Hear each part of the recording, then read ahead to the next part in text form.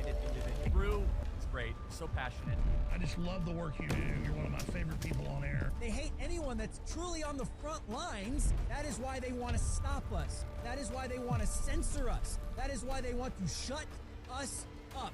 Why? Because we tell the truth and we're effective.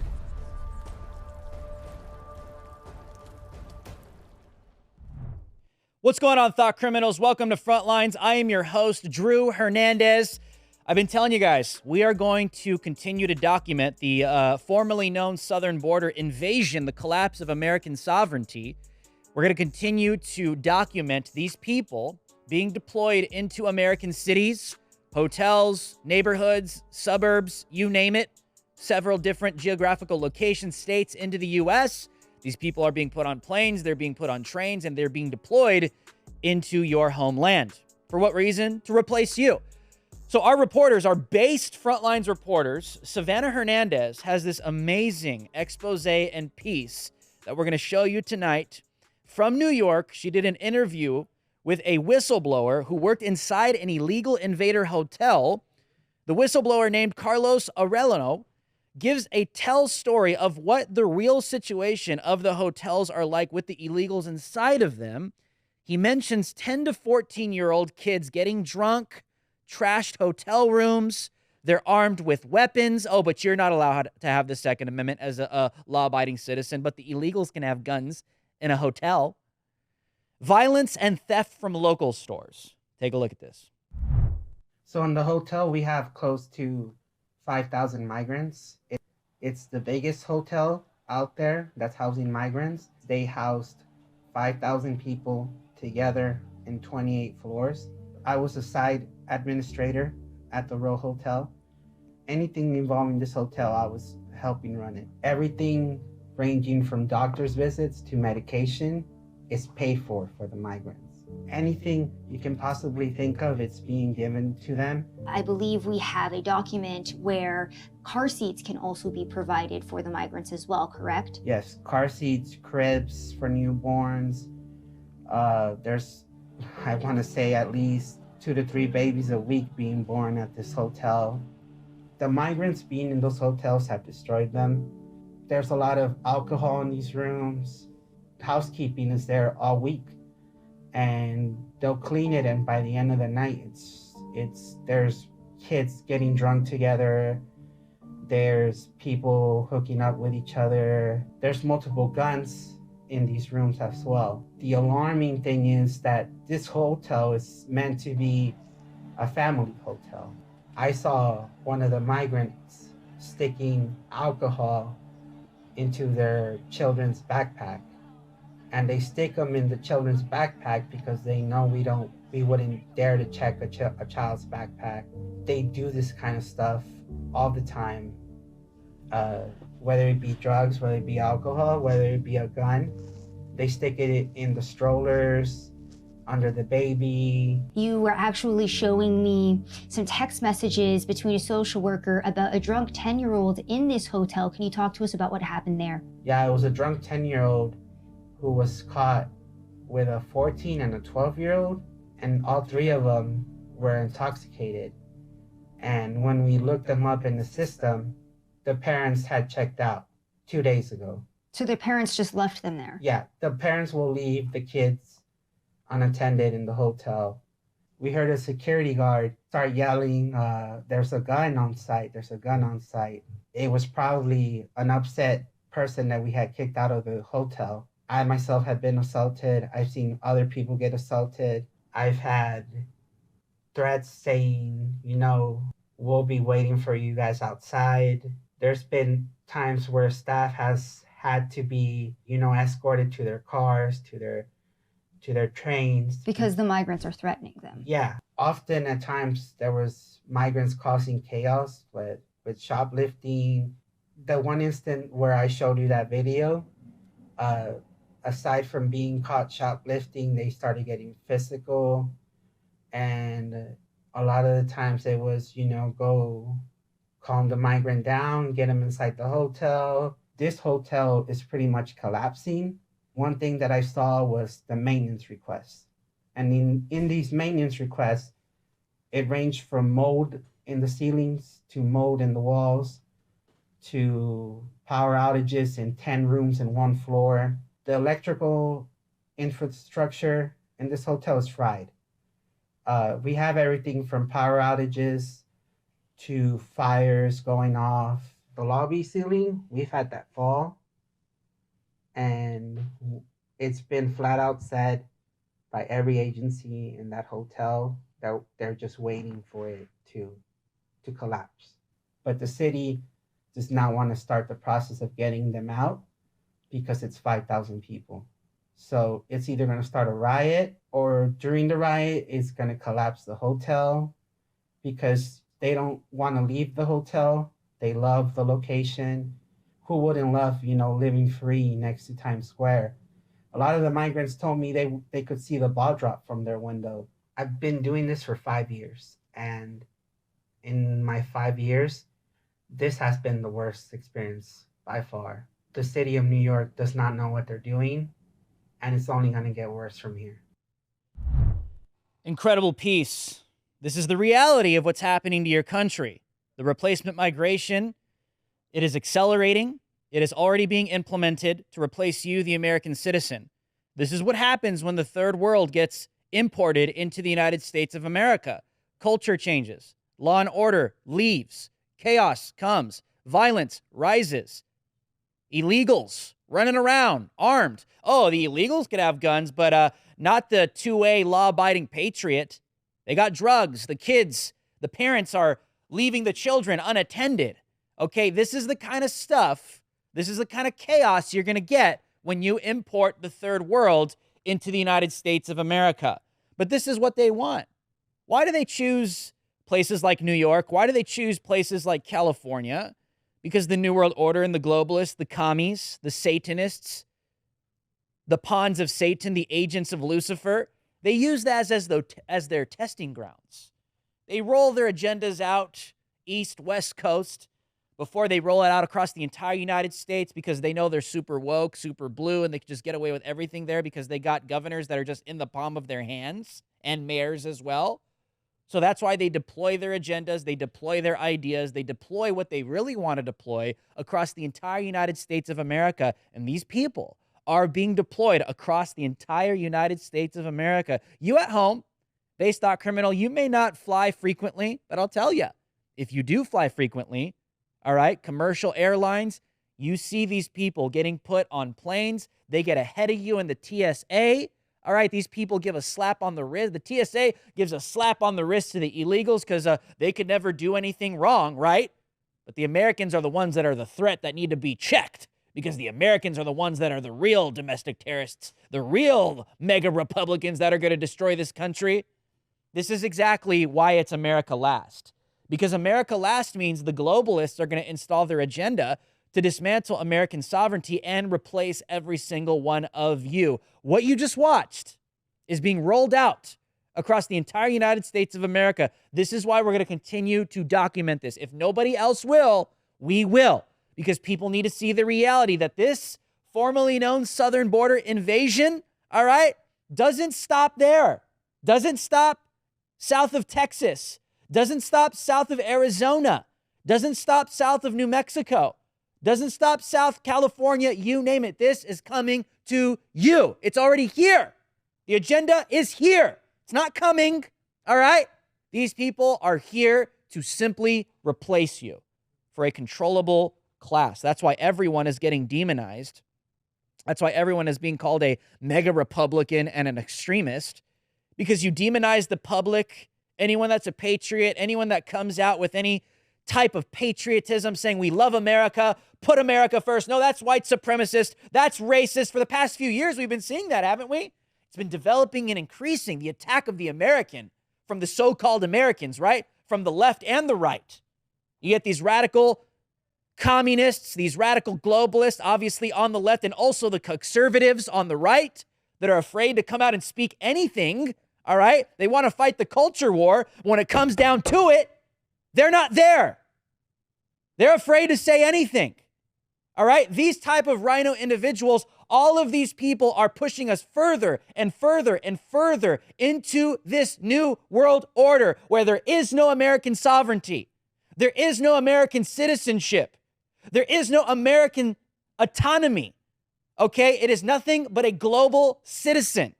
And they need desperate people like this that are controllable. All right? Isn't this what the New World Order wants? They talk about this stuff all the time at Davos, the World Economic Forum. They want little communes.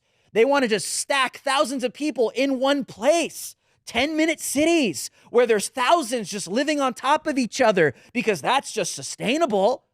That's going to be totally easy to control. Yeah, in their eyes, you have huge populations of people in one place that cannot fend them for themselves, that can't even speak English, can't even speak the language of the land, which is English, okay? All right, they say that's all racist and white supremacist. Haven't you noticed this consistent, continual attack on the American? And they try to attach being American to white supremacy. That's why all the base black people, all the base Latinos, all the base people of color that identify as patriots and love America too, that's why they go outside of reality and call you a white supremacist. This is to end the American. This is to end the United States of America. All of this. And they're doing it without firing a shot because they don't have to. All they have to do is infiltrate universities, infiltrate conservative organizations with New World Order puppets. All right? This is how they do it. People that have no standards of morality, that think that they're actually fighting for something when in reality, they're a part of the problem. Obviously, the left is an issue, but these people come from all sides, man. When it comes down to really speaking the truth, standing for some moral values that America was built on, if you're not there, you're afraid, you go against God, you go against what's truly righteous, you're a part of the problem. What appears Governor Ron DeSantis will be challenging President Trump POTUS 2024. Things are getting interesting. I think it's going to be a very interesting primary. A lot of stuff is coming out. I will say President Trump is a seasoned vet, man. We'll see what Governor Ron DeSantis is made of. But he's getting attacked, of course, and I think people are going to watch, sit back and watch. You know, he has some interesting sus ties, but at the same time, people are going to sit back and watch how he handles all the attacks, the slander, and all these things that come his way. And we've been covering this story in regards to DeSantis being attacked, the NAACP, obviously, and all their woke black people coming into the media saying, the state of Florida is a terrorist state for black people because white supremacy. Where is it? I don't know, but just don't come here, black people. That's what they're doing. That's literally what they're doing, okay? Oh, and lesbians too. Like, oh, it's such a violent place for lesbians. So I wanted to see how black people felt. I really did. So we sent Frontlines reporter to Florida to ask the black people if they feel unsafe. And here's what they said. Kalen D'Almeida reporting for Frontlines with Drew Hernandez here in Orlando, Florida. Actually, we're at Universal City Walk. Now, it's been said in the news recently that Florida has become somewhat of a terrorist state for black people and lesbians. So what we're here to find out is whether or not black people, and maybe even some lesbians, feel threatened or feel unsafe in the state of Florida. You're on the front lines. On the news, someone has said that Florida has become a terrorist state toward black Americans. Do you feel like that's true as you're visiting here? Well, I actually got here and then seen that, so it kind of blew my mind, but me just being me, like, I just stay out the way, so it really don't bother me none as long as they don't, bother me. Do you feel that the state of Florida, though, is like a terrorist threat to you? It could be. No, not necessarily. I have lived here in Florida for 5 years. I have never experienced any hostility towards me as a black woman, so I can't say that I would agree with that. Don't worry about what they say. If you're not a tourist of Florida and you don't come here often, quit worrying about what they say, because that's sometimes one or two people situation. I completely go against what the NAACP says right now, and I tell everybody, come here and enjoy yourself. It's nothing like what they're saying. I say come here. Why do you think the NCAA would want to instill fear in the black community about Florida like that? I feel like a lot of those groups of people, they more like the BLM. They try to make it only about themselves sometimes. And I'm black, and I say that. And I'm a person that loves diversity. So I love different cultures and stuff like that.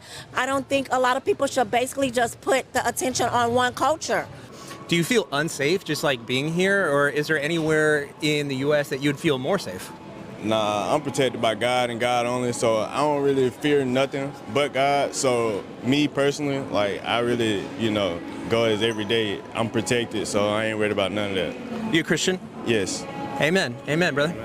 Good. I appreciate you. Well, at this time, I've been enjoying my experiences here in Florida. I haven't experienced anything like that, and hopefully I won't before I get up out of here.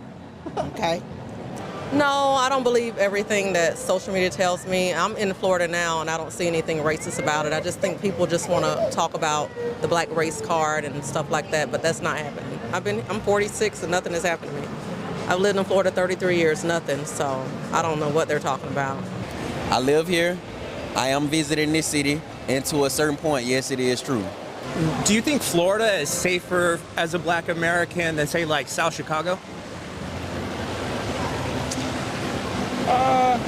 At the moment, yes.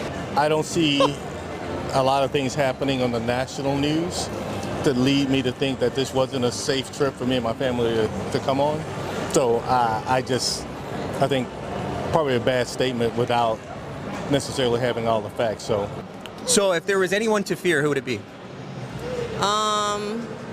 Fear God. That's about it. There you have it from black people in Florida, from themselves, okay? It's a terrorist state, and black people are so offended. Isn't it crazy? You just see, like, black people vacationing, walking around in the background, just totally not threatened, just living their lives. But they're right. They're right. Okay? I mean, some of the guys in there are just like, oh, well, I could say it is a threat. It's like, what a perfect question, right? And that's what I've been saying, is that, like, they're safer in Florida than Chicago, and there they are just testifying to the absolute truth. They're black, they're in Florida, and they're not being terrorized, okay? They're living their lives. There's that, okay? It's not that hard to prove, but, we got to do this. We got to do this because this is how you dismantle the propaganda. You got to go talk to people, man. So kudos to Kalen. Great report. But, I mean, speaking of some real racists, apparently white people are being told they are not welcome at a performance of a BLM-inspired play. Of course. The Theatre Royale, Stratford East in East London, has caused uproar after it told white people to stay away from a blackout performance of the Tambo and Bones play on July 5th. Although the theater claimed that no one is excluded, it went on to make it abundantly clear that white people would not be welcome at the performance. That tells the story of a pair of African Americans on a, I'm quoting here, on a journey from performance singers to rappers who ultimately joined the Marxist Black Lives Matter movement.